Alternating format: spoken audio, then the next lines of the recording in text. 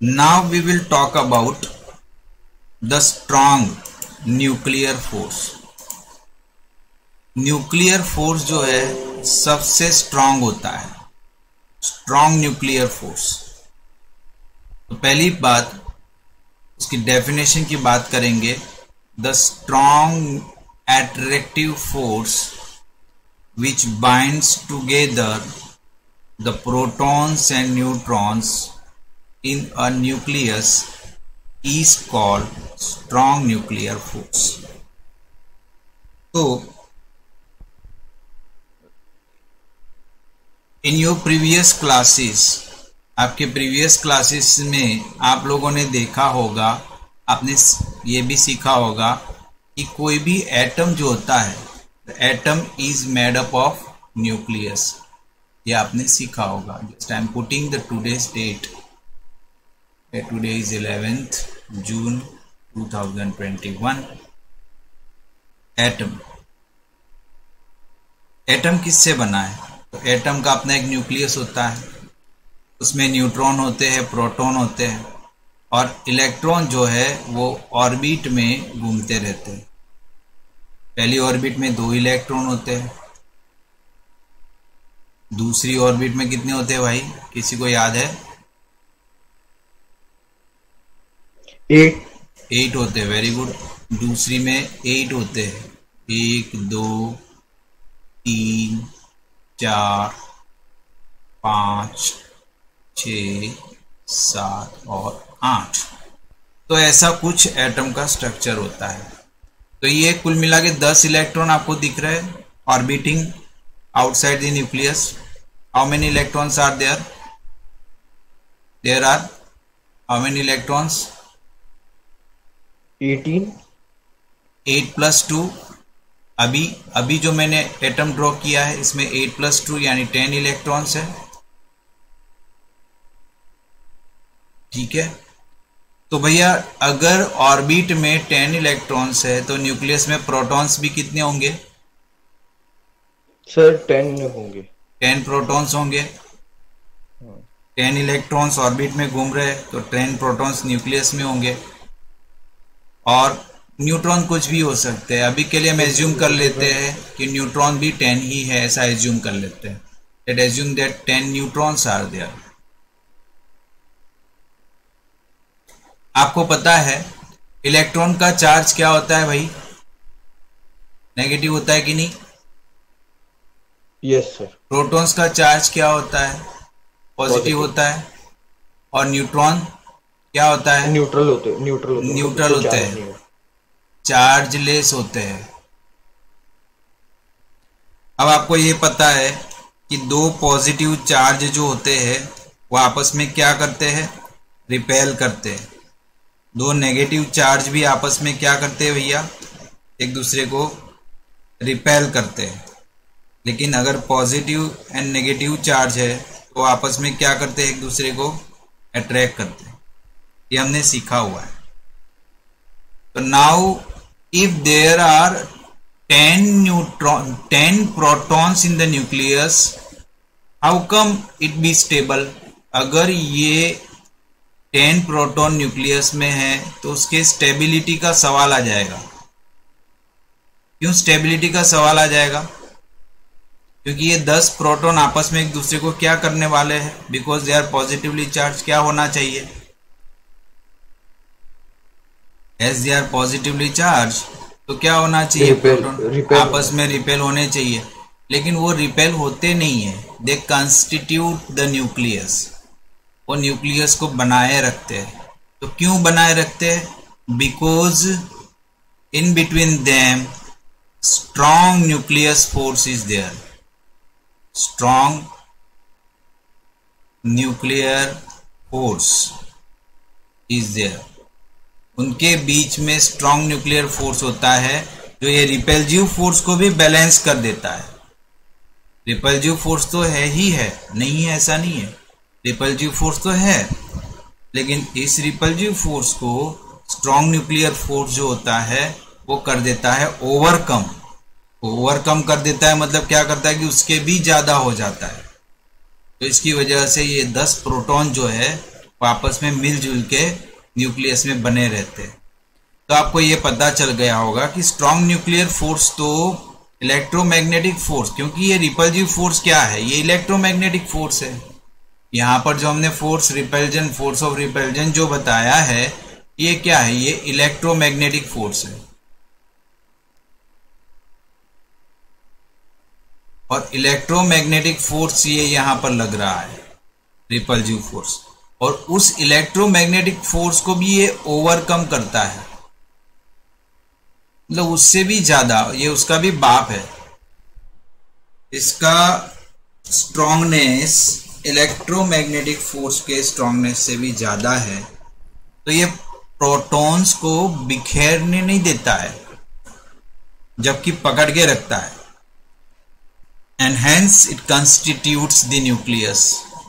It held together the protons in the nucleus and they will never scatter here and there. And the reason of this is strong nuclear force. ये strong nuclear force की वजह से ऐसा होता है।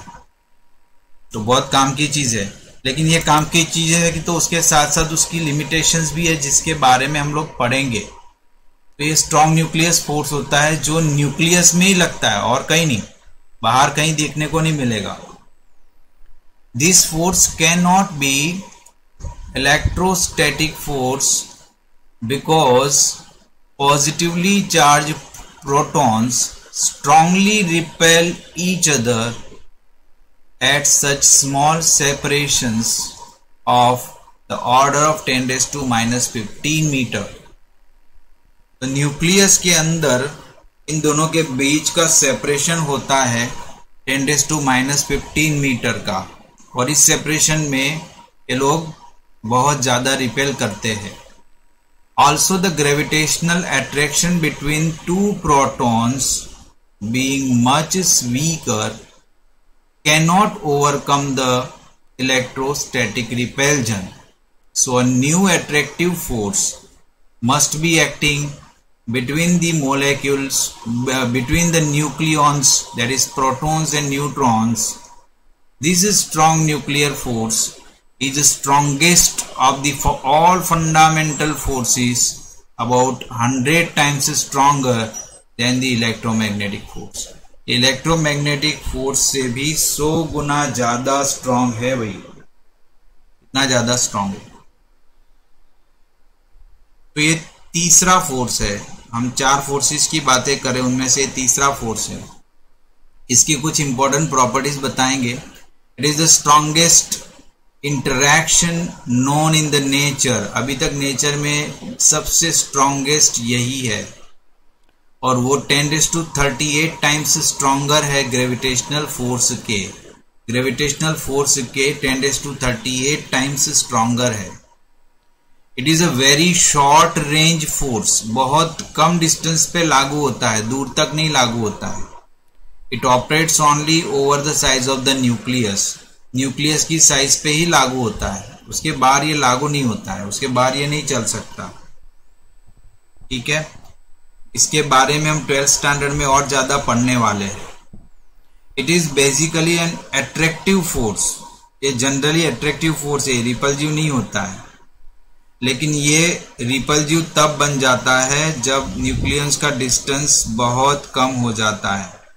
Nucleon का distance अगर 0.5 Fermi होता है, मतलब 10⁻15 मीटर के करीब, तब जाके ये हो जाते हैं रिपल्सिव। फोर्थ कैरेक्टरिस्टिक्स है, it varies inversely with some higher power greater than 2 of distance। Inversely very करता है, जैसे डिस्टेंस बढ़ेगा ये घटेगा। ठीक है, it is a non central and non conservative force. ये नॉन सेंट्रल फोर्स है, नॉन कंजर्वेटिव फोर्स है। नॉन सेंट्रल क्या होता है, नॉन कंजर्वेटिव क्या होता है, इन सारी चीजों को हम लोग आने वाले चैप्टर्स में पढ़ने वाले हैं। अभी के लिए हम लोग ये समझ लेंगे कि स्ट्रॉन्ग न्यूक्लियर फोर्स जो होता है वो non central and non conservative होता है। फिर next characteristics, it has charge independent characteristics. Charge से इसका कुछ लेना देना नहीं है। न्यूक्लियर फोर्स दो प्रोटॉन के बीच में लगता है, वही एक प्रोटॉन और एक न्यूट्रॉन के बीच में लगता है, और उतना ही फोर्स न्यूट्रॉन और न्यूट्रॉन के बीच में लगता है। तो इसका चार्ज के साथ कुछ लेना देना नहीं है। It is caused by the exchange of particle called pi meson. Pi meson नाम के कुछ पार्टिकल पाए गए हैं, उनके एक्सचेंज की वजह से ये फोर्स लगता है। Hello sir. हाँ सर, हाँ बोलो। हाँ सर, अभी आपने थोड़ी देर पहले जो बोला ना वो सुना ही नहीं दिया, क्योंकि अभी यहाँ पे महाराष्ट्र में ये नेटवर्क का इशू है। ओके, मैंने ये बताया था कि ये जो फोर्स है, स्ट्रॉन्ग न्यूक्लियर फोर्स जो मैं बात कर रहा हूं, वो चार्ज इंडिपेंडेंट होता है। यानी जो दो प्रोटॉन के बीच में जितना फोर्स लगता है उतना ही फोर्स प्रोटॉन और न्यूट्रॉन के बीच में लगता है, और उतना ही फोर्स न्यूट्रॉन और न्यूट्रॉन के बीच में लगता है। तो उसको चार्ज से कुछ लेना देना नहीं होता है, ठीक है। और पाई मेसॉन नाम के कुछ पार्टिकल पाए गए हैं, उसके एक्सचेंज की वजह से ये फोर्स एग्जिस्ट करता है, ठीक है। समझ में आया? Yes sir. Strong nuclear force के कुछ example, nuclear force bind together the protons and neutrons in the nucleus, so they are responsible for stability of nuclei and hence of the atom and ultimately of all matter that exist in the universe. Universe में जो भी matter exist है ये strong nuclear force की वजह से है, क्योंकि स्ट्रॉन्ग न्यूक्लियर फोर्स नहीं होता तो न्यूक्लियस तो टूट जाता अपने आप और सब कुछ बिखर जाता। दूसरा है radioactivity occurs in the heavier nuclei because of insufficient nuclear force between their protons and neutrons. Radioactivity क्या होता है? रेडियो एक्टिविटी मतलब कोई भी हैवी न्यूक्लियस होता है, उस हैवी न्यूक्लियस में से alpha rays, beta rays and gamma rays, X rays, ये सब एमिट होते रहते हैं, है ना। बहुत बार आप लोगों ने ये बात सुनी होगी कि यार मोबाइल को बॉडी से दूर रखा करो। क्यों मोबाइल को बॉडी से दूर रखना है? What is the reason? Sir उसका रेडिएशन, एग्जैक्टली, रेडिएशन की बात होती है। तो रेडिएशन का मतलब क्या होता है? तो रेडिएशन का मतलब ये होता है कि न्यूक्लियस में जो न्यूट्रॉन एंड प्रोटॉन होते हैं उनके बीच में जो स्ट्रॉन्ग न्यूक्लियर फोर्स लगता है, वो स्ट्रॉन्ग न्यूक्लियर फोर्स अगर लगना बंद हो जाए या उसमें कोई किसी प्रकार की खामी आ जाए तो वो न्यूक्लियॉन्स आपस में इंटरैक्ट होने लग जाते हैं, और बिकॉज ऑफ देयर इंटरैक्शन ऐसे विशिष्ट प्रकार के रेस उसमें से निकलने शुरू हो जाते हैं। इसको हम रेडियो एक्टिविटी कहते हैं। तो रेडियो एक्टिविटी प्रूव करता है कि स्ट्रॉन्ग न्यूक्लियर फोर्स एग्जिस्ट करता है। तीसरी बात, the concept of nuclear force is useful in obtaining nuclear energy by the process of nuclear fusion and nuclear fusion. Hiroshima और नागासाकी, ये नाम सुना है आप लोगों ने कभी? यस। क्या है ये, कौन है, कैसे है, क्या सुना है इसके बारे में? सर दोनों तीस थे जिसके ऊपर बॉम्ब ब्लास्ट किया गया था। यस, बॉम्ब ब्लास्ट किया गया था। कब किया गया था? सेकेंड वर्ल्ड वॉर में, ठीक है। हिरोशिमा और नागासाकी ये जो दो सिटी थे जापान के, वो दोनों सिटी जो थी वो उसके ऊपर बॉम्ब ब्लास्ट किया गया था, और अभी भी वो लोग उसके वजह से परेशानी भुगत रहे हैं। तो ये बॉम्ब ब्लास्ट का और अभी हम लोग जो डिस्कशन कर रहे हैं उसका क्या लेना देना है? उसका लेना देना यह है। हाँ बोलो सर। उसका बता रहे थे ना, वही मैं क्या हुआ? आप जो बता रहे थे वही बताने वाला था, आप कंटिन्यू कीजिए सर, सॉरी। हाँ, मैं कंटिन्यू कर रहा हूं। क्या होता है कि न्यूक्लियस होता है ना, न्यूक्लियस दो प्रकार के होते हैं। एक होता है लाइट न्यूक्लियस, एक होता है हैवी न्यूक्लियस। अभी मैं जनरल टर्म में बताता हूं, लाइट न्यूक्लियस, हैवी न्यूक्लियस। अब लाइट न्यूक्लियस भी अनस्टेबल सिचुएशन में होता है और हैवी न्यूक्लियस खुद भी अनस्टेबल सिचुएशन में होता है। तो वो लोग स्टेबल आने की कोशिश करते हैं, मतलब लाइट वाला थोड़ा हैवी होने की कोशिश करता है और हैवी वाला थोड़ा लाइट बनने की कोशिश करता है, और दोनों क्या करते हैं, एक स्टेबल सिचुएशन में आने की कोशिश करते हैं। और जब अनस्टेबल सिचुएशन में दोनों स्टेबल सिचुएशन में आते हैं, तब वो बहुत ज्यादा एनर्जी रिलीज करते हैं।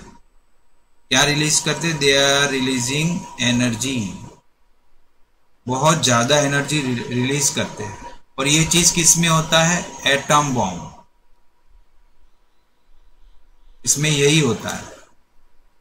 बहुत ज्यादा एनर्जी एक साथ रिलीज होती है और वो एनर्जी डिस्ट्रक्टिव काम भी करती है। और एटॉमिक रिएक्टर्स जो होते हैं, एटॉमिक रिएक्टर्स, उसमें बिजली पैदा करते हैं, उसमें भी एनर्जी मिलती है, लेकिन ये कंस्ट्रक्टिव वर्क के लिए भी होता है। तो ये न्यूक्लियस के बारे में हम लोग चैप्टर नंबर 13 में सीखेंगे, क्लास 12 में, अभी नहीं। क्लास 12 में चैप्टर 13 यही है, न्यूक्लियस, उसके बारे में पूरा सीखने वाले हैं हम लोग। तो स्ट्रॉन्ग न्यूक्लियर फोर्स जो होता है, उसका एग्जिस्टेंस वहां पर पता चलता है। एक बात ध्यान में रखने जैसी है, इलेक्ट्रॉन एक ऐसा बंदा है जिसको स्ट्रॉन्ग न्यूक्लियर फोर्स नहीं लगता है कभी। Electron do not experience the strong nuclear force. And the last force जो है हमारा, वो है week nuclear force. It is the week nuclear force. तो वीक न्यूक्लियर फोर्स क्या होता है? तो it is the force that appears only between elementary particles involved in a nuclear process such as beta decay of the nucleus. Week nuclear force कभी कभार exist करता है, और कब एग्जिस्ट करता है? तो जो एलिमेंट्री पार्टिकल होते हैं, वो एलिमेंट्री पार्टिकल जब न्यूक्लियर प्रोसेस में पार्टिसिपेट करते हैं, तब ये फोर्स लगता है। कौन कौन सी न्यूक्लियर प्रोसेस हो सकती है? तो यहां पर एक बताई गई है बीटा डीके। बीटा डीके जैसी बहुत सारी दूसरी प्रोसेसेस भी है, अल्फा डीके, गामा डीके, ऐसे अलग अलग प्रोसेसेस होती है। पहले तो यहां पर यह समझना होगा कि डीके का मतलब क्या होता है। डीके का मतलब होता है रिलीज करना, टू रिलीज। तो अल्फा या बीटा को रिलीज करते समय पार्टिकल्स के ऊपर थोड़ा बहुत छोटा सा फोर्स लगता है, वो वीक न्यूक्लियर फोर्स है। In a beta decay the nucleus emits an electron and an uncharged particle called neutrino. क्या होता है कि जब न्यूक्लियस में से बीटा पार्टिकल आता है, रिलीज होता है, डीके होता है, उस समय इलेक्ट्रॉन भी बनता है और एक पार्टिकल बनता है जो अनचार्ज होता है, जिसको हम न्यूट्रिनो कहते हैं। The electron and neutrino interact with each other through the week nuclear force. ये इलेक्ट्रॉन एंड न्यूट्रिनो आपस में एक दूसरे के साथ इस फोर्स से इंटरैक्ट होते हैं, वीक न्यूक्लियर फोर्स से। The week nuclear force is much stronger than the gravitational force but much weaker than the strong nuclear force and electromagnetic force. This is obvious from the fact that the decay of the elementary particle caused by the weak nuclear force, as the decay of the pion to a neon and neutrino etc., is much slower than the decays caused by the strong nuclear or electromagnetic force. Week nuclear force की वजह से जो DK होता है वो धीरे धीरे होता है, और स्ट्रॉन्ग न्यूक्लियर फोर्स की वजह से जो डीके होता है वो फास्ट होता है। कुछ प्रॉपर्टीज के बारे में देखेंगे वीक न्यूक्लियर फोर्सेस की properties.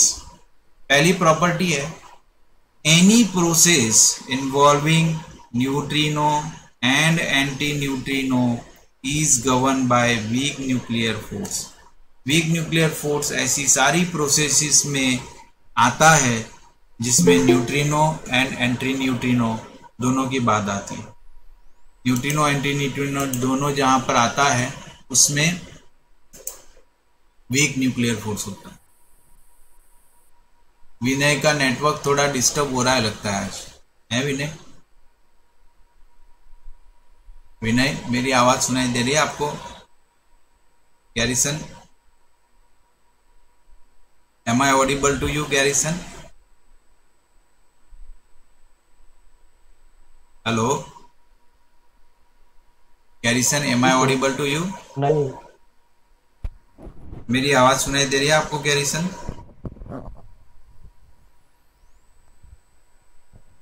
Vinay, am I audible to you? Hello sir. Okay okay okay okay, now it is okay, everything is okay now.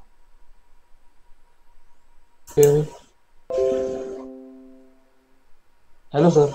हाँ, am I audible to you all of you? Yes, hello sir. Hello hello hello hello, हाँ hello sir. हाँ बोलो। हाँ हाँ sir, वो यहाँ पे थोड़ा नेटवर्क का इशू है, उसकी वजह से मैं शायद तक अभी क्लास के बाहर निकल सकता हूँ। ओके, नो इश्यू, तो फिर से ज्वाइन कर लेना। हाँ sir. Weak nuclear forces 10⁻25 times stronger than the gravitational force। ठीक है, ग्रेविटेशनल के तुरंत बाद वीक न्यूक्लियर फोर्स आता है, फिर इलेक्ट्रोमैग्नेटिक फोर्स आता है, फिर स्ट्रॉन्ग न्यूक्लियर फोर्स आता है। ये सीक्वेंस है, इस सीक्वेंस को याद रखना है। It operates only through a range of nuclear size. हाँ बोलो सर, एक बार वो वापस रिपीट करोगे क्योंकि इधर बीच में चला गया था। हाँ, मैंने ये बात बताई, we are discussing the important properties of weak nuclear force. तो उसमें सबसे पहले हमने ये बात देखी कि ऐसी सारी प्रोसेसेस जिसमें न्यूट्रिनो एंड एंटी न्यूट्रिनो नाम के पार्टिकल आते हैं वो वीक न्यूक्लियर फोर्स की वजह से होता है। दूसरा पार्ट हमने ये देखा कि week nuclear force is 10⁻25 times stronger than the gravitational interaction. Gravitational force से 10⁻25 टाइम्स स्ट्रॉन्गर है, दूसरी बात। तीसरी बात, it operates only through a range of nuclear size. बहुत छोटी साइज पे ये फोर्स लगता है, 10⁻⁻15 पे ही लगता है। This force operate only on 10⁻⁻15 meter.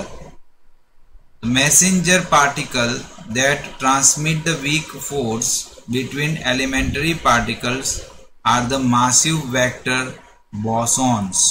एक दूसरे टाइप के पार्टिकल्स होते हैं जिसको हम बॉसॉन्स बोलते हैं। तो ये बॉसॉन्स जो है वो छोटे पार्टिकल पे ये फोर्स ट्रांसमिट करता है। ये थोड़ी अलग बातें हैं, डिटेल में बातें हैं जिसको हम इस 11th और 12th में नहीं पढ़ने वाले हैं। लेकिन if you will move further और आप साइंस में चले गए, फिजिक्स में चले गए, तो you will definitely learn all this things. ठीक है, चलो now it is a reading time. ठीक है, तो सबसे पहले बात करूंगा कि इसको हम थोड़ा पढ़ेंगे। गैरिसन